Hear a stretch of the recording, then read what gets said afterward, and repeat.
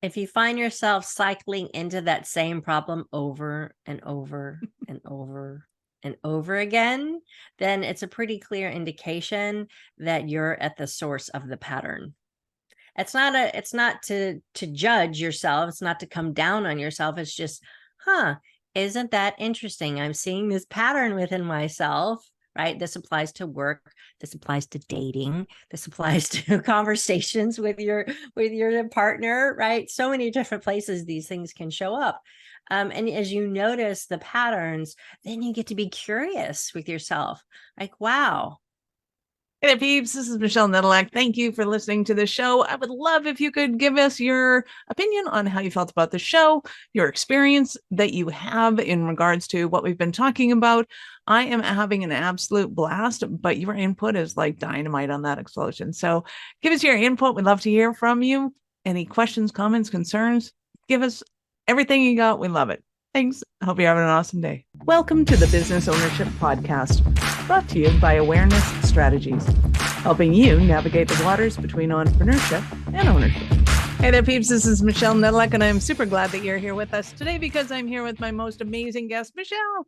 Michele, thank you so much for being here with us today. oh, thanks so much for having me, Michele with 2 L's. It's great to be here. Thanks. Right.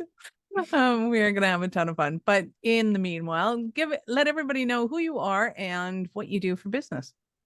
Sure. So Michele Molitor here. My company's Nectar Consulting. I'm an executive coach and hypnotherapist, and my unique rapid rewiring methodology helps entrepreneurs and executives get rid of the junk in their trunk, those old limiting beliefs and their subconscious mind and programming that they've been carrying around for sometimes decades. And we move it out of the way, eliminate it, and then rewire their mind, heart, and spirit with new empowering beliefs, habits, and strategies for success. Yahoo! Well, you're speaking to the choir on this one, and I love it. So let's back up the bus a little bit. But how did you get into hypnosis and executive coaching and this as your particular field?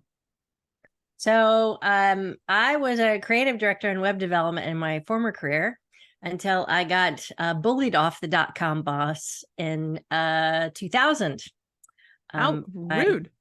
By a guy I hired. The audacity. Okay. And it just was really crushing to my confidence and my sense of value and self-worth. And I was really shaken by it, and I had no idea what to do next. And I discovered coaching to help me figure out what to do. And in the process of that, I was like, oh, this is the work I'm supposed to be doing. So I pivoted my career. I got trained and certified and hung out my shingle in 2001. And I've been coaching executives and small business owners for the last almost 23 years. Yeah.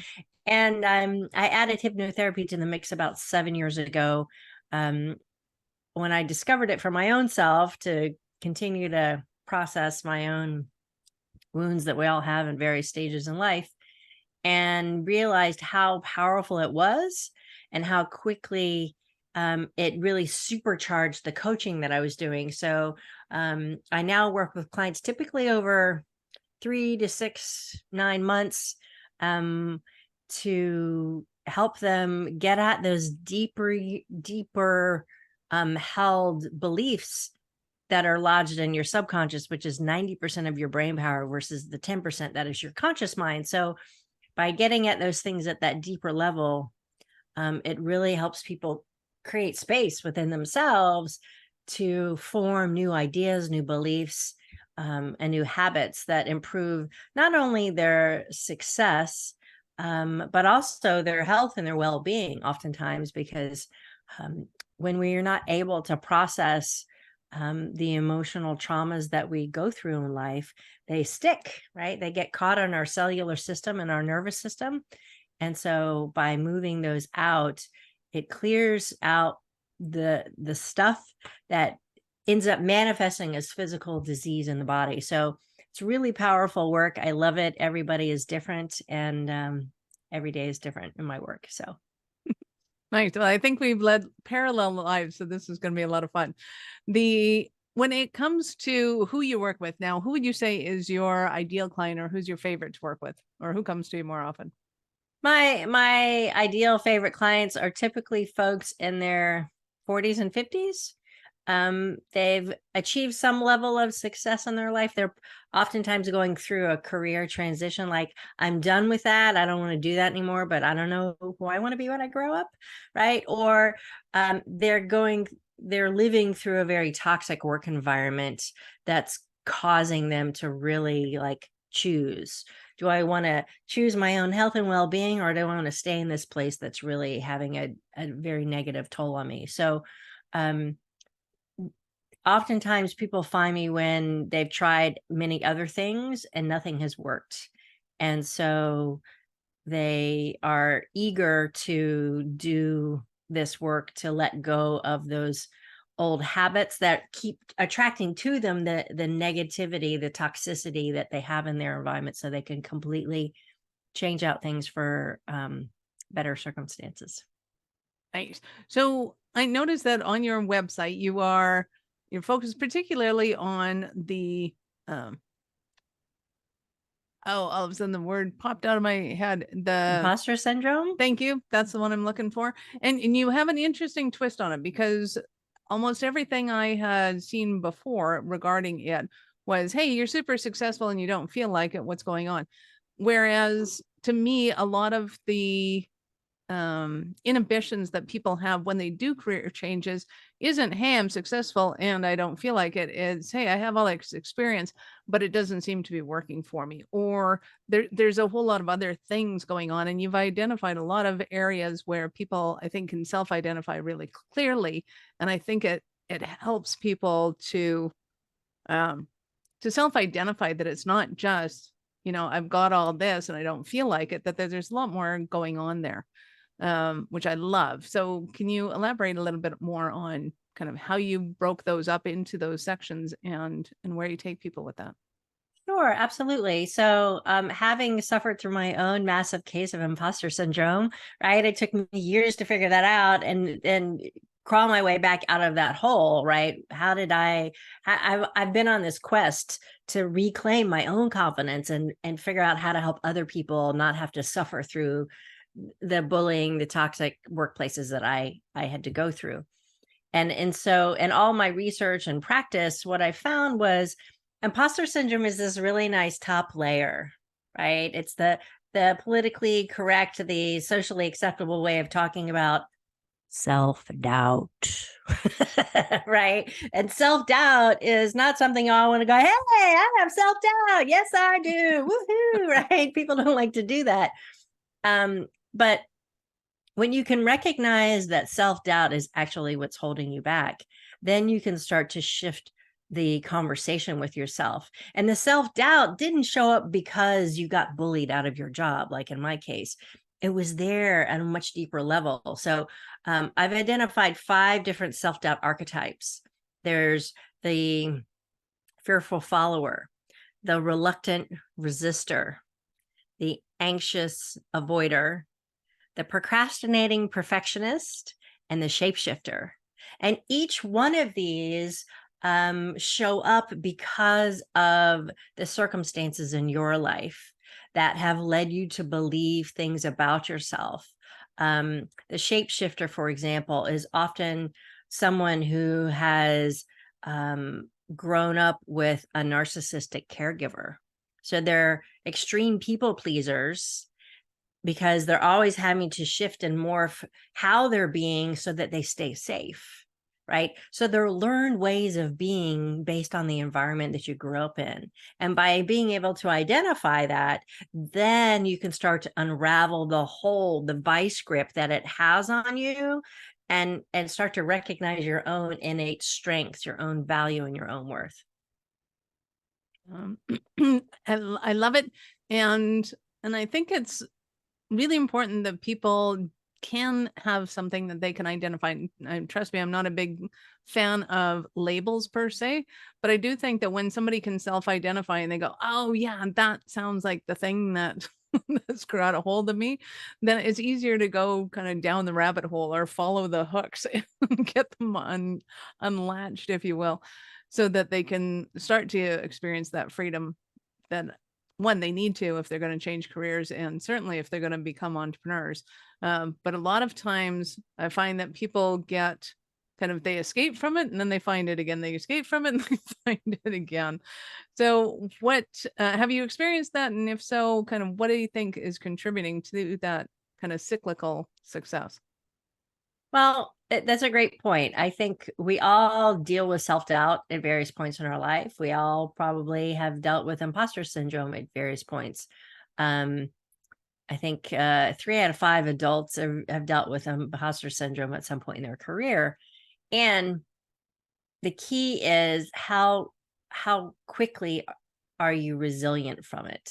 How quickly can you move through it? Because it can be very debilitating. That keeps you hiding out, that keeps you procrastinating, that has you step back from new, bigger, challenging roles versus stepping in. And so by identifying the underlying triggers and the areas of lack that you're holding within yourself, the beliefs that you're holding within yourself, then you can start to change those conversations that you're having, so that the outside conversations that are coming at you no longer impact you. The hurtful words of colleagues or coworkers or family members start to just roll off your back like water off a duck, right? And they no longer penetrate your heart and have you go, oh, the wounds that can happen. And so by the practice of the tools that I use and the programs that I have for folks enables them to build those resiliency muscles. So when those attacks do hit them, they're like, huh, isn't that interesting? And they can keep moving and let it go. Awesome. So when somebody is going through particularly business, I don't personally have as much experience in the corporate side of things because I realized it was toxic and just went, this is so not me. And I was way too rebellious to be a good employee. But I have noticed in the entrepreneurial world that sometimes people will get in a rut, but they don't necessarily feel like they're in a rut, or they think, well, of course I'm in a rut because the market changed, because people aren't buying my stuff anymore, because whatever. And it's very kind of pragmatic look at kind of the problems and situations that they're in. What are some of the ways that people can tell that they're actually getting in their own way as opposed to kind of that it's circumstance? If you find yourself cycling into that same problem over and over and over and over again, then it's a pretty clear indication that you're at the source of the pattern. It's not to judge yourself. It's not to come down on yourself. It's just, isn't that interesting? I'm seeing this pattern within myself, right? This applies to work. This applies to dating. This applies to conversations with your partner, right? So many different places these things can show up. And as you notice the patterns, then you get to be curious with yourself. Like, wow, if I didn't make that choice, what other choice could I make that might get a different outcome? Because as Einstein once said, the definition of insanity is doing the same thing over and over and expecting different results. Right. So when you're working with somebody, is there kind of things that they can do to be able to kind of either one, prepare themselves for working with you, or kind of being able to, I guess, ready themselves for the situation? Or did they usually just dive in and go, oh, Michele, you're awesome, I want to work with you? Well, I always am happy to have a complimentary and confidential clarity call with folks to listen, to hear what it is that they're challenged with and what they've tried, what's not working. And from those conversations, typically I can discern, can I be of service? Am I the right person to help you? Or is this something that's outside of my wheelhouse? If it is, then I'm happy to recommend other colleagues that I have, or I can then share with folks the different ways that I can work with people, whether that's in a group setting or one-on-one, depending on the challenges that they're dealing with. Very cool. And we'll get into that in a little bit. But when somebody identifies, so they go in, they take your quiz, they identify as, yeah, this is my primary issue, if you will. Is there, do you take them on a unique journey of discovery based on that archetype, if you will, or are there other things that are dependent on how you work with them?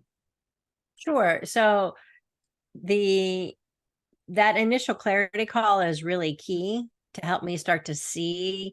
I mean, I can look at their self-doubt archetype and go, okay, it's just data for me, right? Mm-hmm. And then when someone does say, yes, I want to work with you, I have a pretty detailed intake call with them and questions that gives me a lot more information. So then I know exactly where to take them on the journey. It's why my clients dub me the mind detective, because from that information, I intuitively know where I need to take them on the path of healing to get them where they want to be on the other side. Because as you probably know, Michele, the presenting issue that someone comes with is never the real issue. It's usually about 5 layers deeper, right?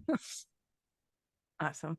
So talk to me a little bit more about kind of the pillars and how you've kind of discovered that this realm of self-sabotage is kind of pinnacle. If we can change this, then we can change the results, as opposed to the multitude of I guess layers that somebody could be looking at. Like you said, it's the kind of the 5 layers deep thing. How did you discover that that was the issue? Sure. There's many answers to that question. What I'll say is that one of the things I discovered, I'm a book nerd. I'm constantly reading, and all my books, 98.7% of my books are all around personal development and communication skills and leadership skills, et cetera, et cetera. And I discovered the work of Donna Hicks. She's an international conflict negotiator. And she's written 2 different books all about dignity. And what she found in these international conflicts was that the conflicts were occurring because people's dignity was violated.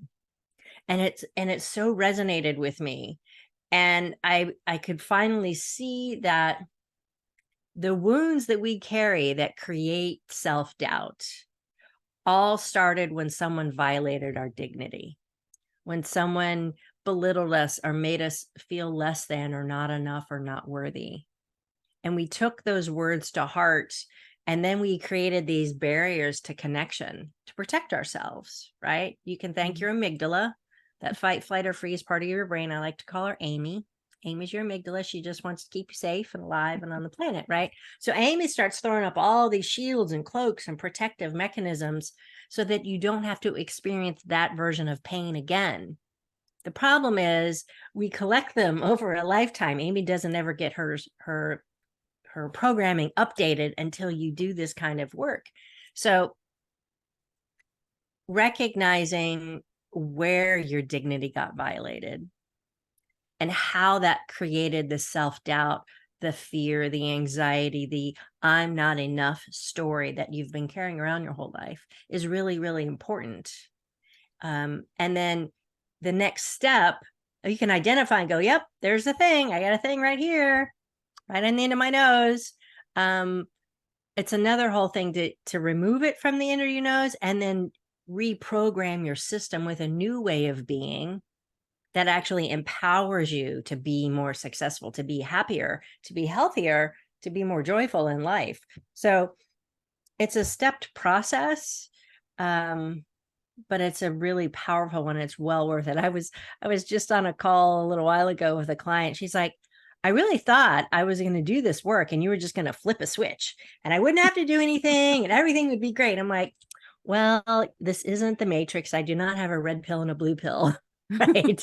But I do have tools to help you make that shift for yourself.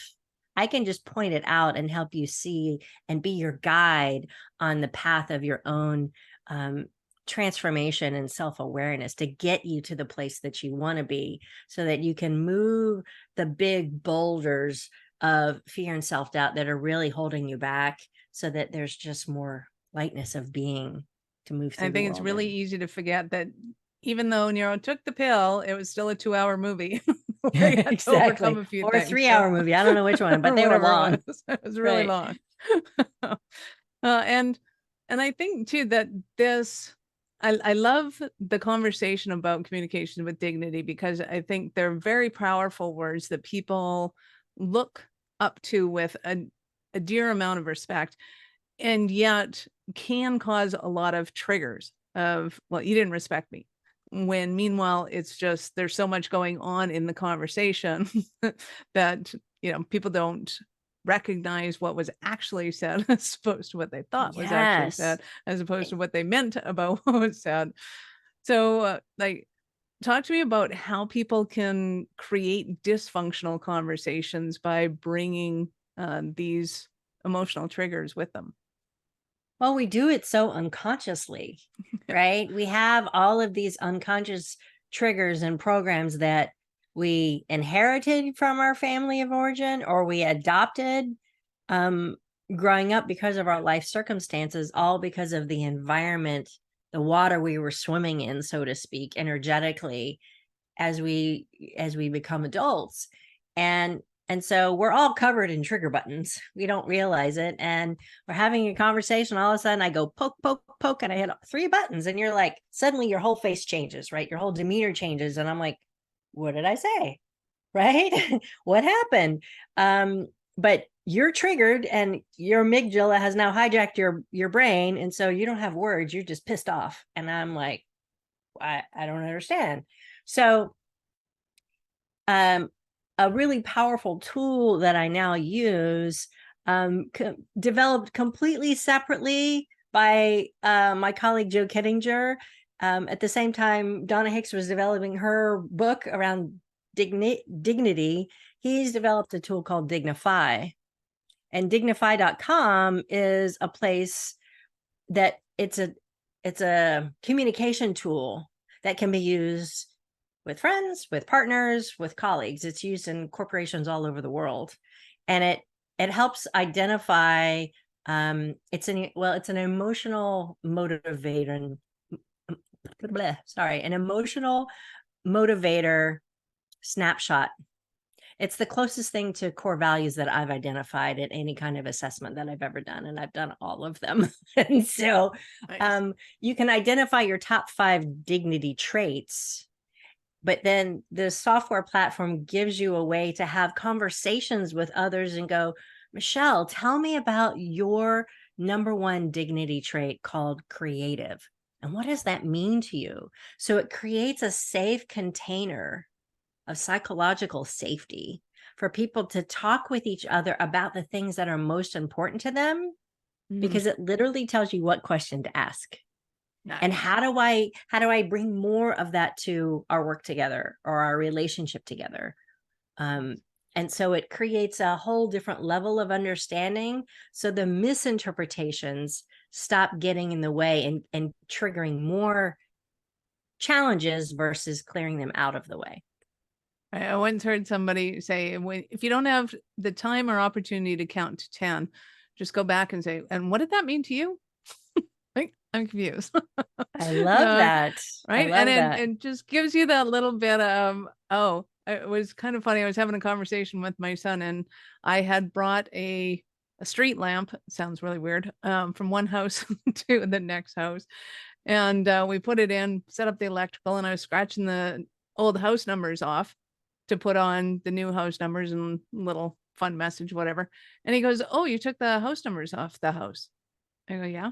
I go, "What?" He goes, "I'm just surprised." And then he walked off, and I'm like, "Oh my God, I ruined his childhood. I've just erased all of his childhood memories. Wah, wah, wah." I go, "Okay, there's slightly overreacting on my part on this one." So, a little while later, paths cross again. They said, "So are you okay with me taking the numbers off the sign?" And he goes, "Yeah, I'm just surprised you could do it." Oh, okay, good. Nothing. It's fascinating what we make up about stuff, isn't it? Right. Like, the words out of his mouth were perfectly innocent, but you took them in a whole different context. "Oh, I'm a horrible mother. Oh my God, the earth and the sky is falling." And he's like, "No, Right. I'm just Yeah. glad you could do that. Great. Neat. Good And for how you. many times does that happen day in and Right? day out, over and over and over again? My parents are 85. They've been married 64 years. They've been Yay. business partners for most of that. And one day my dad was all crabbity crab. Like, what's wrong, Dad? Well, your mother. Rah, rah, rah, rah, rah. I'm like, Dad, did it ever occur to you that maybe you're reacting to what you think she's going to say versus what she's actually saying? Maybe you should pause and just listen to the actual words that are coming out of her mouth versus making up things about what it could be. And he was like, huh, well, that's interesting. Let me think about that. And he walked off. I was like, hey, I was able to do just a little mind tweak with my dad. That was very rewarding. Oh, awesome. Yes, my parents are 90 and 91 and still married and crazily codependent. And which I find particularly kind of hilarious, kind of sad, and kind of inspiring, actually. So many things, all the things. Right? Like, how do we live like that? So, what would you say is your favorite part of your business? Oh, for sure, those aha moments that my clients arrive at. I have a handwritten thank you note that sits on my wall that I received from one of my clients. And on the outside, the quote from Buddha that says, "The mind is everything. What you think, you become." And on the inside, she wrote, "Thank you, Michele. Even though our time together was short, you have forever changed my life. I will always be Aw. grateful." Oh, And that's awesome. this person is a high powered tech exec. She has all all the bells and whistles in life. And yet she was secretly suffering from a sugar addiction, right? Eating pies late at night. And she's like, when she first came to me, very arms crossed. Yeah, what are you going to do for me? Right? How are you going to fix this? And I told her, how this works. And she's like, I don't know. And she finally came back to me a couple of weeks later. She was like, okay, I'll try. Because she's like, I've tried everything else. I don't know what else to do. I'm miserable. I hate this, but I don't know how to turn it off. And literally within less than 30 days, we were able to turn off the conversation that created the sugar addiction that had started when she was 16 and she was in her 50s at this point. And she sent this to me about 2 months later. She's like, yeah, I've dropped like 2 dress sizes. I'm happiest I've ever been. And I'm like, whoop, whoop, whoop, whoop. So those moments, those are my In her favorite. defense, I don't know how you could run a tech company without having some sort of sugar and or comfort food / whatever addiction to that. Exactly. That's awesome. So what are some of the other stumbling blocks that somebody might be having thinking, oh my God, Michele, I need you in my business so badly? Sure. Oftentimes entrepreneurs run smack up against their money ceiling, right? Like, I get to this point and then something happens and I self-sabotage and then all my numbers drop, right? And they keep doing this. They keep having this cycle. And so helping people reset their money conversations, finding out what's at the root causes of their beliefs that are getting in the way of their business success, that are keeping them from getting to that next level that they know they're capable of, right? They have all the skills, talents, and abilities, but for some reason they just keep smacking up against it over and over again. Folks who are dealing with a lot of anxiety, stress, overwhelm because of their business circumstances, and then that starts to spiral out of control. I had one gentleman who came to me, veteran in his industry of 30 plus years, but he was getting more and more anxious. Was he doing it right? Was he doing enough? Was waking him up in the middle of the night. So his sleep was going down, his procrastination was going up, his worry, his fear, and his anxiety was going off the charts. And when he came to me, he's like, yeah, I know I had, not a great childhood and my mom wasn't the best mom, but I dealt with that. I forgave her. She's been gone for 12 years. I've moved on. I'm like, okay. And so we did several months worth of work together. And I think it was after our second hypnotherapy session. It's like at the end, I always ask clients, so were you surprised by anything that came up today? He's like, and he was really, really dry kind of guy, right? And he cracks this little smile. He's like, yeah, that it always comes back to my mom. It's like, yep, Really? it really Yeah, does, it 9 does. times out of 10. But it was such a powerful aha for him, and the release that was able to happen because of the rewiring that we did. He reclaimed his sense of peace and calm and confidence, and got back to work and stopped procrastinating and started playing his ukulele again and spending more time with his family and in his community. And he's like, you changed my life. I would love the quote that he gave me. He said, you're like the thorn in the lion's paw, and you helped me remove the thorn. Aww. And I'm just like, oh, so it So just sweet. brings me so much joy. Nice. I love it. So I know our listeners are going to want more from you. How do they start their journey with you? So you can always find me at michelemolitor.com, and I'm sure these will all be in the show notes. I'm happy to have a complimentary discovery call. And I have, several different ways that I work with folks. I have a fabulous online program called How to Become Unshakable, which is a monthly membership, and you get to go at your own pace to get at the root causes of your own self-doubt. And it's 20 years of all of my hard work poured into this. It's full of amazing, wonderful masterclasses and courses and group coaching and community. And there's one-to-one work that we can do together. And then I'm always giving talks at different places as well. So you never know where you might find me. Just come visit my website and you can get all the details. Beautiful. I love it. So yes, of course, we will have all of your links in the show notes. So peeps, just scroll down, get Michelle's links, click on them, open them up in a new browser, of course, because we're not done yet.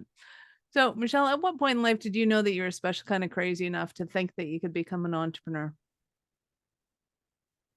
That's a great question. I don't think anybody's ever asked me that. It never really occurred to me that I was going to become an entrepreneur. I grew up in a family of entrepreneurs. My parents have been business partners. My brother and my sister all worked in the family business. I ran in the other direction and moved to France as an alternative into working in the family business. And it wasn't until I got bullied out of my corporate career, and the thought of going back into corporate was terrifying, utterly terrifying to me. It was like there was no other choice. Like, oh, well, I'll just start my own business. And I just did. And I figured it out. And I've been, figuring it out for the last 23 years. So I love it. Well, in a weird sort of way, I'm glad you got bullied out. well, it was totally a blessing in disguise, because it led me to my true calling and purpose. And I see that. But in the moment, I do not wish that on anyone. Exactly. Not so much so. Awesome. You've been absolutely awesome. Any last words for our peeps? Just remember that your mind is a powerful place. And when you rewire your mind, you change your thoughts, your life will follow. Love it. Thank you so much for your time. I appreciate it. And I know how valuable it is. Well, thank you so much, Michele. It's been a joy being here with you. Thank you. Peeps, this is Michele Nedelec. Thank you for being here with us today. Be sure to subscribe to the show, share it with your friends. We love helping entrepreneurs grow. Are you running a business over 7 figures but still struggling with technology headaches? Pay attention. You do not want to miss this offer. This podcast episode is brought to you by Awareness Strategies, who is offering a custom-built digital adoption roadmap for anyone running a business over 7 figures who's wanting to grow their business in the next 5 years. And it's not just a roadmap. They offer full implementation as well if that scares the out of you. Check out awarenessstrategies.com/roadmap for more details today. The link's in the show's notes. Don't regret not doing this. Do it now. That's awarenessstrategies.com/roadmap.